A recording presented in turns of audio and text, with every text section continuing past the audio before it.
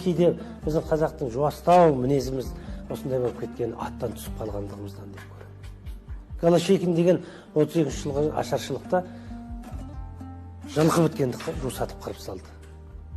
Қазақ аттан түсіп жаяу қалды. Аттан түскеннен кейін біз момын ұлтқа айналдық. Ал енді қазір қарайық, кез келген ауылдағы ең мінезі жуас, қой аузынан шөп алмайтын бір жас бозбаланы, болмаса жігітті, болмаса ер азаматтың өзін тіпті атқа мінгізіп, бір айналдырып, шапқызып, аттың етін қыздыртып, кең даланың төсіменен танауына желді кіргізіп, көзінен жасты парлатқызып, бір айналдырып шауып келсінші сол адам.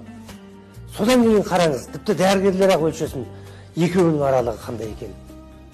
Анау жуас қалпынан аттың үстінен келгендегі қалпын екеуін алып салыстырып қарайтын болса, аттың үстіндегі қалпы ол таза қазақтық қалпы.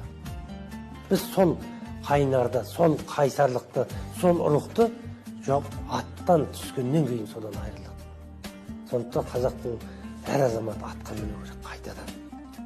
Біздің қазақтың жігіттері күш қуат керек болатын болса, намыс керек болатын болса, қайрат керек болатын болса, атқа мініп тұру керек. Осыдан басқа ем жоқ бізге.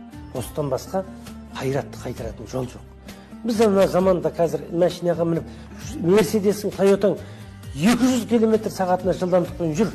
Сен атпен шауып, аттың үстіндегі даланың, кәдімгі боз даланың үстін кәдімгі арындатып құйғытып келе жатқан кездегі алатын тынысыңменен аттың құйындатқан тақымыңды қысып шапқан кездегі беретін күш құдіреті сен оны ала алмайсың. Қанша ракетамен ұшыңыз, бәрібір сіз аттың үстіндегідей әсерді ала алмайсыз.